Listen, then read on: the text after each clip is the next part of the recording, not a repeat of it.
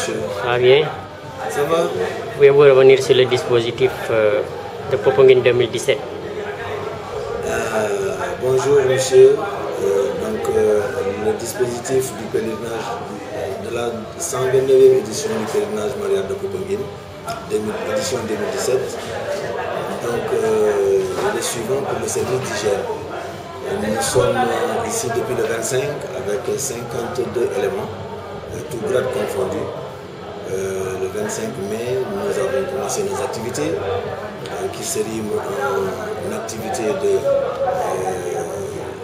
désinfection, désinsectisation, donc que l'on dit sécurisation des sites d'hébergement, des lieux d'accueil, les activités de surveillance, donc surveillance sur la qualité de l'eau consommée, surveillance sur les camions de vidange pour le dépotage des effluents, les vidanges des fosses septiques, surveillance sur la distribution de l'eau de consommation à partir de la SDE, donc sur le contrôle de la qualité de l'eau, surveillance sur la distribution des camions citernes pour la distribution toujours de l'eau avec l'hydraulique.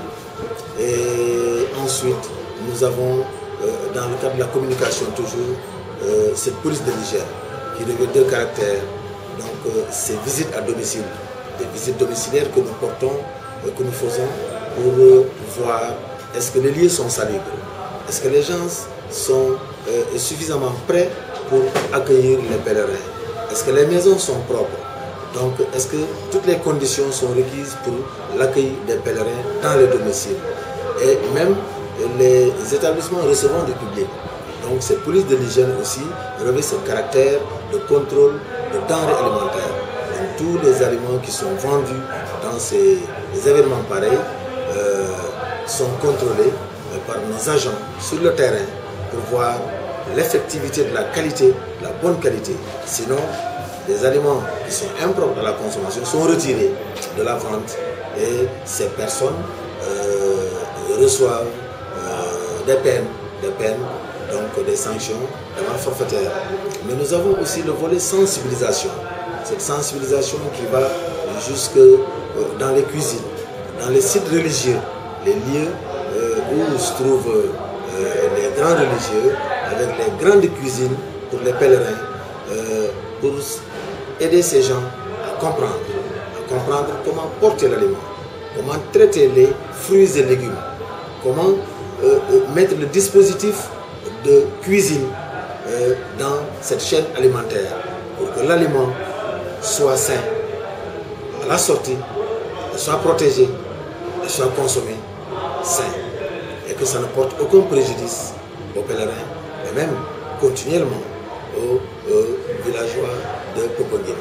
Donc voilà un peu les activités que nous avons amenées et que nous avons l'habitude d'amener d'ailleurs dans de pareils événements pour ce qui est de la couverture sanitaire. Vous savez que nous sommes un service qui, avant l'événement, nous sommes présents, pendant l'événement, nous sommes présents pour ce suivi, et après l'événement, nous devons être présents, et nous sommes toujours présents après l'événement. Quand tout le monde sera parti, l'agent d'hygiène doit rester pour veiller. Peut-être pas pour pomper encore, mais pour veiller à effectivement l'effectivité de 0 cas. Parce qu'il ne faut pas dire que c'est avant que cela peut arriver, mais cela peut arriver après. On ne le souhaite pas. On croise du doigt de tout le temps, on a toujours couvert et alhamdulillah, nous avons eu des résultats de 0 cas. Et on souhaite que cette année aussi, que ça aille de même et que nous ayons un résultat de 0 cas. Donc pour ce, nous devons rester et nous resterons, nous serons là en veille, donc jusqu'à après, quelques jours après, que tous les pèlerins seraient partis, mais qu'il reste souvent des vendeurs, de la consommation, des gens qui restent pour leur petite ziara, pour leur dernière prière, donc dans ces sites de prière. C'est cela que nous faisons. Donc voilà un peu, de manière ramassée, les activités que nous avons amenées, avec les personnels que nous avons amenés. Et le matériel aussi, nous les avons amenés, évidemment. Pour qui dirait activité, dit aussi matériel, moyen.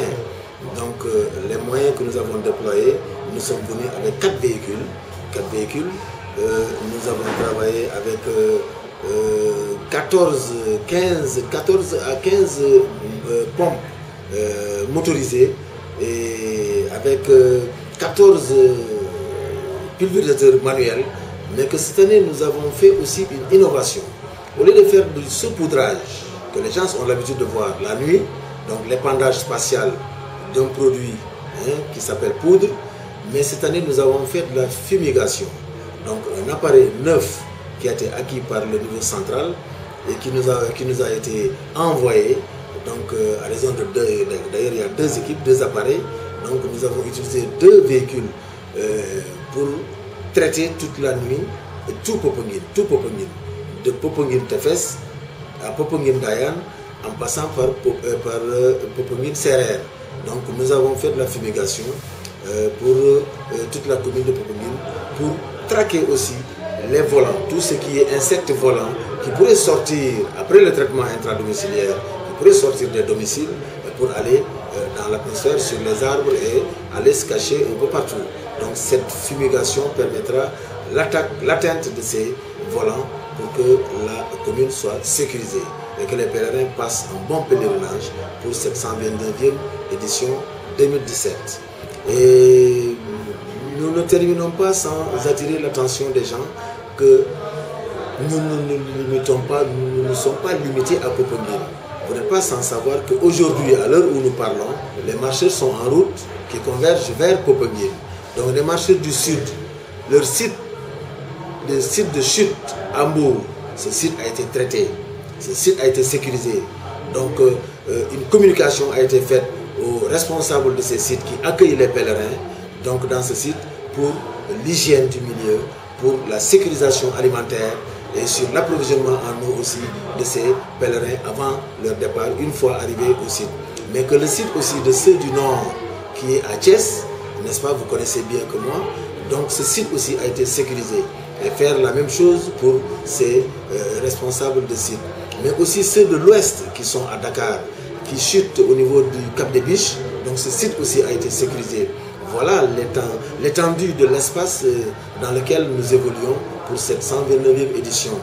Mais que nous avons aussi, parallèlement à ce pèlerinage, nous avons les deux rakas de la famille Saho, en Ngahor, donc que nous mettons toujours, puisque ces deux événements qui sont dans le même lieu, dans la même période, et c'est la même mission qui couvre ces deux événements.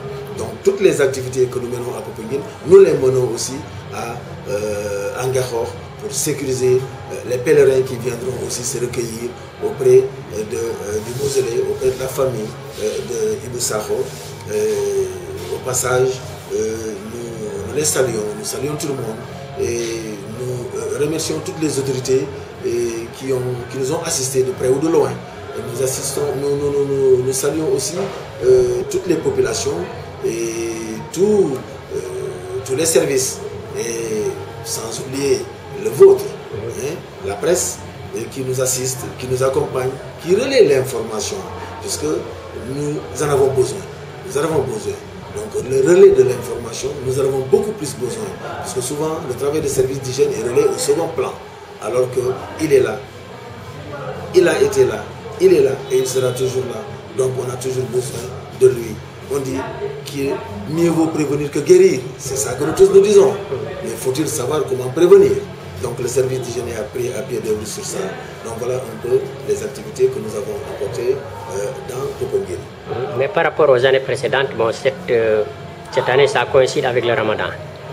Comment voyez-vous la situation en ville? C'est vrai que les années passent et ne se ressemblent pas. Voilà pourquoi nous avons apporté 52 personnes. Et voilà pourquoi nous sommes venus beaucoup plus avant.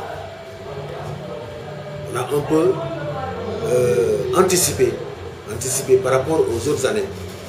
Puisque le Ramadan, tout le monde sait que c'est un mois de pénitence pour tout le monde. Donc les éléments peuvent se fatiguer très tôt. Et que souvent, il faut de l'efficacité. Donc, nous avons pris les devants pour amener les éléments très tôt Et cela nous a permis de couvrir sans problème, il faut le dire. Et nous félicitons encore nos éléments. Nous félicitons nos éléments. C'est des jeunes. Nous félicitons nos éléments de la région de Thiès, le service régional de Thiès avec toutes ses sous-brigades, ces 8 sous-brigades. Tous ces éléments, nous en avons pris ceux qui aujourd'hui peuvent mener à bien cette mission. Donc, et qui sont venus très tôt. Alors, nous avons fait avec le ramadan. Et le soir, ceux qui jeûnent vont couper le jeûne après un travail lourd de la journée. Puisque porter un appareil, marcher avec un appareil sur le dos, avec un liquide, 10 à 12 kilos, traiter des maisons, avancer, et pour qu'on dise on a traité toute la ville. Avec tous ces sites que je viens de vous citer, tout cet espace. Ce n'est pas facile.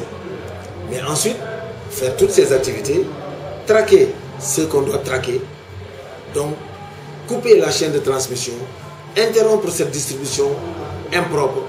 Vous voyez, c'est difficile. Mais qu'au finish, le soir, on se réunit et on fait ce que nous appelons la rupture du jeûne. Mais le matin, ça reprend de plus belle. Après avoir pris le petit déjeuner très tôt, le khud. Donc nous le faisons. Mais ceux qui ne jeûnent pas, nous ne sommes pas que des musulmans. Ah voilà, nous sommes au Sénégal. Donc tous les autres qui ne jeûnent pas, et on leur prépare aussi leur manger. Ils descendent de travail et ils mangent comme naturellement d'habitude. Et le matin, ils prennent leur petit déjeuner avant d'aller au rassemblement. Donc le rassemblement sifflé, tout le monde est prêt. Que tu sois un jeûneur ou un non-jeûneur, mais tout le monde est prêt, puisque nous sommes régis par le 81-60, le 81-12, hein, ce statut qui fait de nous le bras armé du ministère de la Santé. Donc la discipline aidant, nous avons ce respect de la hiérarchie, ce respect du cycle, ce respect du droit, du devoir, et nous faisons franchement le travail comme il le faut. Bon, lors des grands rendez-vous, il y en a qui en profitent, qui vendent des produits prohibés. Avez-vous en traqué? C'est vrai que ça ne manque pas. Puisque les Sénégalais aiment l'argent. Et c'est cela que nous devons dire. Et donc, souvent, les gens, ils attendent que ces événements arrivent pour amener les produits prohibés, les produits impropres à la consommation. Mais que le service d'hygiène est là pour préserver la santé des populations. Et cette année, nous en avons pris. Et comme on le fait, une fois que ces produits sont identifiés, on les retire de la vente. On les retire de la vente et ces auteurs sont punis. Ils sont punis par la loi. Le code de l'hygiène qui est là, la loi 83/71, donc on doit l'appliquer sur toute sa rigueur. C'est vrai que c'est le pèlerinage. Donc il y a une forme que nous apportons souvent dans cette traque, mais c'est la sensibilisation qu'on privilégie. Mais le produit est retiré de la vente. Néanmoins, pour les récidivistes, on leur apporte la sanction qui s'y est.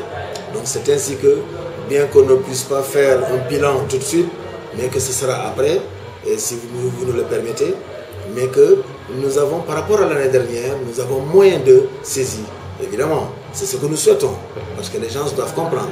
Donc au fil des temps, la sensibilisation aidant, le message est emporté, donc les gens acceptent de changer leur comportement, donc l'impact positif, nous le recevons de par là. Donc la diminution des produits saisis, la diminution de la quantité de produits saisis. Ça c'est normal. Si on avait encore beaucoup plus de produits saisis, on aurait dit que peut-être le message n'est pas passé. Mais on souhaite que d'année en année, que les gens arrivent à ne plus rien saisir. Ça veut dire que la population ne vendra que du potable, que du propre à la consommation. Donc c'est cela que nous avons fait. Et alhamdulillah, jusqu'à présent, je pense que tout va bien. Et on souhaite que tout aille bien. Quel conseil donnez-vous aux pèlerins? Eh bien, le conseil que nous donnons aux pèlerins, c'est d'avoir la confiance en soi, d'avoir la confiance en l'hygiène. Sans hygiène, on ne peut pas aller loin. Sans hygiène, l'émergence dont on parle, on ne pourra pas l'atteindre. puisqu'il s'agit de développement. Sans hygiène, il ne peut pas se développer. On dit souvent que le niveau de développement d'une communauté dépend de son niveau d'accès à l'assainissement. Donc je pense que cela, c'est l'hygiène. On voudrait que les gens soient regardants, soient avec ce réflexe. Et si vous voyez, devant la porte, en venant, nous avons deux messages. Le lavage des mains et le traitement de l'eau à domicile. Le lavage des mains, c'est une technique. Une technique que nous voulons que tout le monde acquiert. Certes, on pense que ce que nous faisons, c'est du lavage des mains, quotidiennement. Mais est-ce que réellement, nous nous lavons les mains? Quand on sait que tout le monde plonge les mains dans un seul récipient. Si nous allons dans les rassemblements traditionnels, les baptêmes, les mariages et tout autre rassemblement que nous avons de manière quotidienne. Mais nous plongeons les mains tous ensemble dans un seul bol.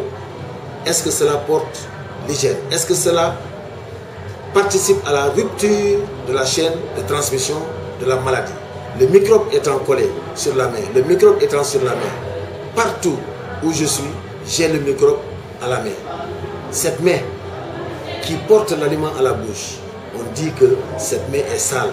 Mais je ne dois pas salir l'aliment qui est supposé sain en le portant à la bouche ou en donnant à l'enfant à manger, donc salir l'aliment, et de surcroît, je donne de l'aliment sale à celui qui le mange. Donc on a apporté ce produit, c'est-à-dire le traitement, la technique de lavage des mains. Mais que l'eau aussi que nous consommons, nous avons parlé tantôt de la surveillance de la qualité de l'eau. Même si la SDE apporte de l'eau, mais il faudrait que cette eau soit sécurisée. Le bon stockage de l'eau qui est déjà traitée. Mais aussi, il se trouve que, comme on l'a dit, l'eau ne soit pas issue de la SDE, qu'il y ait rupture, et que je sois à un endroit où il n'y a pas de robinet, que je sois à un endroit où il n'y a pas la citerne, mais que je sois à un endroit où il y a un puits. Mais je vais utiliser ce puits. Donc, quelle que soit la nature de l'eau, comment est-ce que je dois la rendre potable? Donc, c'est la technique de traitement de l'eau à domicile. La décantation, la filtration et la javelisation. Avec la quantité d'eau de javel que les gens préconisent. On demande aux gens de mettre pour chaque 10 litres d'eau est traitée, chaque 10 litres d'eau filtrée, on met une seule capsule d'eau de javel dans ces 10 litres d'eau. Donc voilà un peu les deux produits que nous avons amenés avec nous cette année dans cette 129e édition. C'est les messages portés pour que tout le monde, les marcheurs, les pèlerins qui viennent en véhicule, les commerçants, les religieux, toute la population qui vient ici dans ce pèlerinage puisse se laver les mains avant de manger, de sortir des toilettes, avant d'allaiter son enfant, avant de donner à manger à son enfant, les grandes cuisines, avant de préparer, partout où on est, on doit se laver les mains. Surtout les femmes allaitantes, avant de donner le sein à l'enfant, après avoir lavé les fesses de l'enfant. On pense que les déchets de l'enfant ne portent pas de microbes. C'est ce que souvent nous disons, mais que c'est des déchets humains. Ces déchets humains comportent des microbes. Donc nous devons, après avoir touché cela, nous devons nous laver les mains. Mais à l'eau propre et au savon ordinaire. Pas le savon parfumé, le savon artificiel ou le savon je ne sais pas comment. Mais en tout cas c'est le savon ordinaire. Qu'il soit liquide, qu'il soit granulé, qu'il soit dur, solide. Donc le savon doit être ordinaire. Et monsieur, c'est ça que nous avons comme message cette année à lancer aux populations de Popenguine, aux pèlerins qui viennent à Popenguine et à tout le Sénégal entier, qu'après le pèlerinage, que les gens adoptent ces bons comportements à domicile pour que nous ayons la santé. La santé, elle doit s'acquérir. La santé, elle doit s'acquérir. Et c'est avec la prévention que nous pouvons acquérir la santé. On dit mieux vaut prévenir que guérir. Ce n'est pas un simple slogan. Il ne doit pas être vain. Il doit être quelque chose de réel, de vivant que nous pouvons offrir à la population. Quel avertissement donnez-vous à ceux qui vendent les produits interdits? Eh bien, l'avertissement, s'il y en a, c'est de leur dire que le service d'hygiène est là. Et le service d'hygiène est toujours à la recherche de ces gens.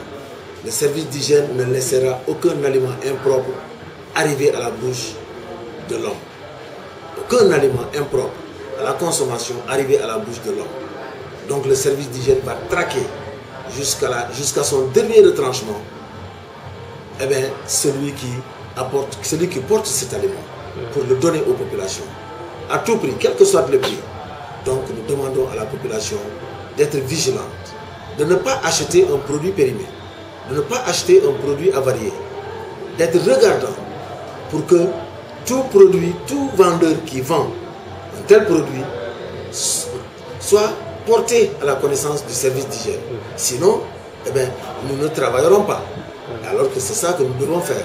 Donc c'est ce message que nous portons et cet avertissement que nous portons à tous les commerçants.